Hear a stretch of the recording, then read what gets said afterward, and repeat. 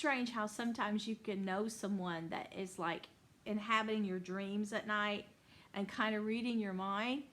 This guy just posted a picture of that looks like a couple I tried to take a picture of tonight in the rain. Look at this. Look at this.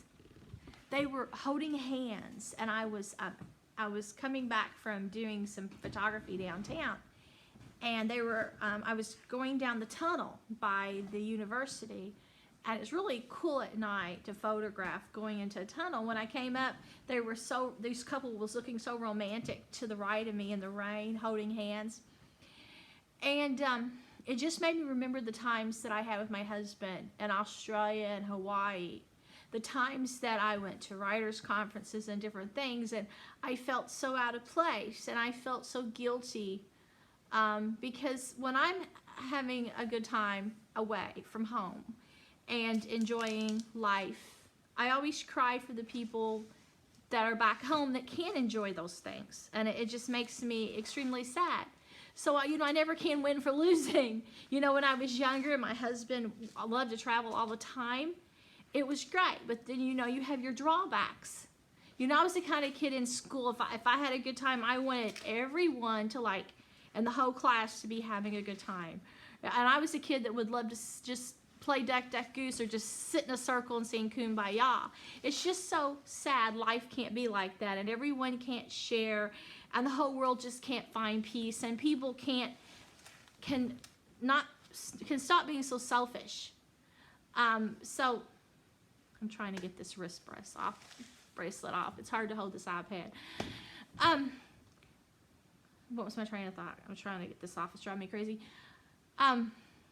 So what I was trying to say is, all this nonsense about war and New World Order and all this bullshit that I saw on the news tonight after I went to the hospital to do some research where my friend used to work, because I'm doing a second book about her.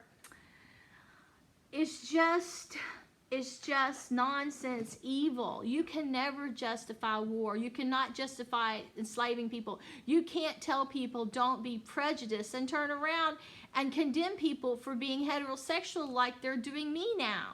You can't, heterosexual, homosexual, why do they want to create things that divide humans? Racism, blacks, and turning blacks and whites against each other, that should have been the dumbest thing anybody ever did.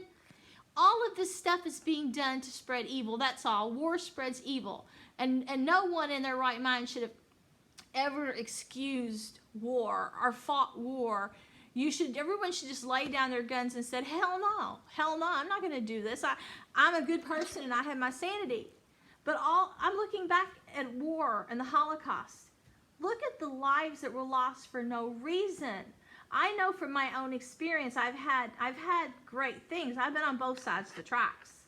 I've seen both sides. I prefer to stay in the middle. But I've seen the high class and I've seen the other.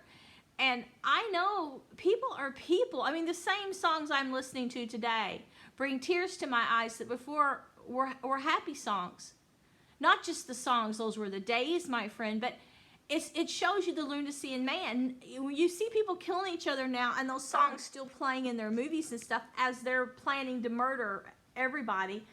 And I'm thinking, wait a minute, those are the same songs people used to rejoice to and have fun, and now you're turning these songs to have wicked meanings, just like you're trying to destroy the Bible, and you're trying to make good become evil and twist everything, and you're insane. It's like the devil. You can't punish someone and call them a racist if you're turning around and spreading racism in other ways. You can't kill people to try because you say, oh, they're prejudiced or something, but turn around and force your own agenda and kill someone because they don't have your ideas. You're so wicked. And when I look back at the Holocaust and war, I just think, look at all those young couples that were just falling in love. You destroyed their connection.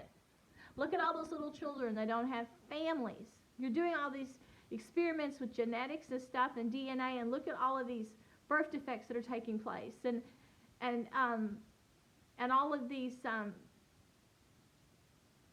abnormal animals.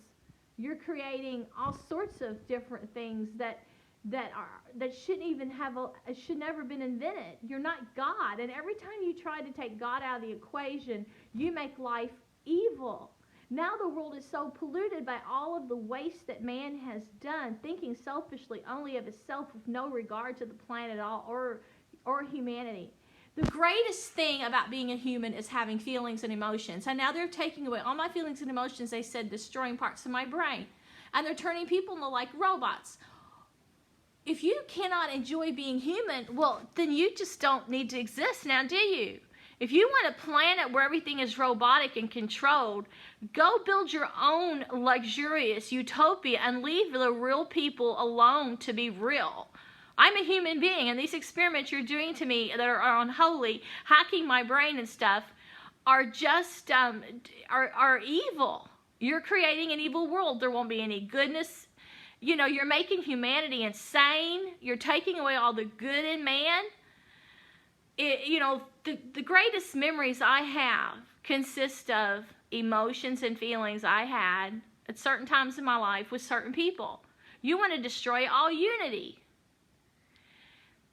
And I count my lucky stars that I was born in an age when it was innocent and I could be real and I could play outdoors.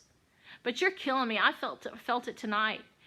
You're trying to destroy my brain that has all my memories, and you're trying to make people oppressed. Worse than those pictures you see of those little kids in the mines.